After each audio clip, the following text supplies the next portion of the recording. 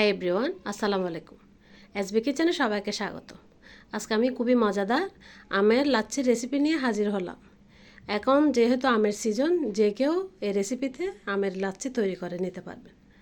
বড় ছোটো সবার কিন্তু পছন্দ হবে এই রেসিপিটা।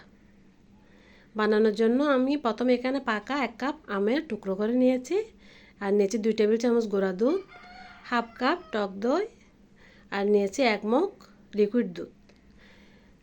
এখন আমি এগুলো ব্লেন্ড করার জন্য প্রথমে আমি এখানে একটা ব্লেন্ডার জার নিয়ে নিলাম। এবার আমি একে একে সবগুলো উপকরণ দিয়ে দিচ্ছি। প্রথমে আমি আমের টুকরোগুলো দিয়ে দিলাম, এবার দিয়ে দিচ্ছি টক দই,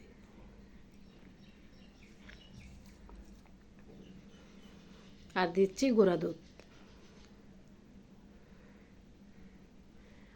এবার লাগতেছে এখানে চিনি। আমি এখানে টক দই দেওয়াতে 2 টেবিল চামচ চিনি দিচ্ছি। আপনারা যদি মিষ্টি দই ইউজ করেন তাহলে চিনি আপনারা স্বাদ বুঝে ব্যবহার করবেন।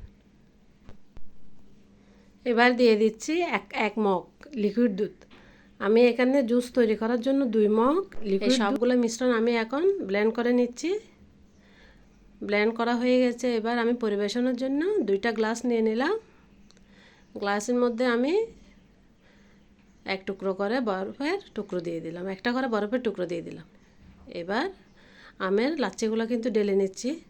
দেখেন কতটা স্মুথ হয়েছে, বেশি পাতলাও না বেশি ঘনও না। আমি কিন্তু এখানে 4 জনের পরিমাণ করেছি। বানানো কিন্তু খুবই সহজ। এবার দেখতে সুন্দরের জন্য আমি উপরে কয়েকটা আমের টুকরো দিয়ে দিচ্ছি।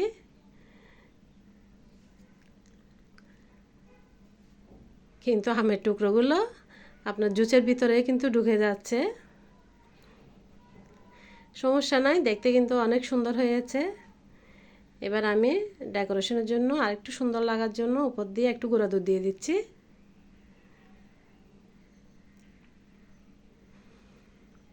গুঁড়া দুধগুলো দেওয়ার পরে এবার আমি উপর দিয়ে 2টা করে আমের টুকরো বসিয়ে দিচ্ছি হালকা হাতে, না হলে আপনার প্রথমবারের মতো ভিতরে সব আস্তে আস্তে ঢুকে যাবে। এখন দেখেন দেখতে কিন্তু অনেক সুন্দর লাগতেছে। কত সহজে তৈরি হয়ে গেল আমের লাচ্ছি। যে কেউ কিন্তু তৈরি করে নিতে পারবেন। আমার লাচ্ছির রেসিপিটা যদি একটু ভালো লেগে থাকে আপনাদের, প্লিজ আমার চ্যানেলে একটা লাইক, কমেন্ট এবং সাবস্ক্রাইব করে দিবেন। ধন্যবাদ সবাইকে। আসসালামু আলাইকুম।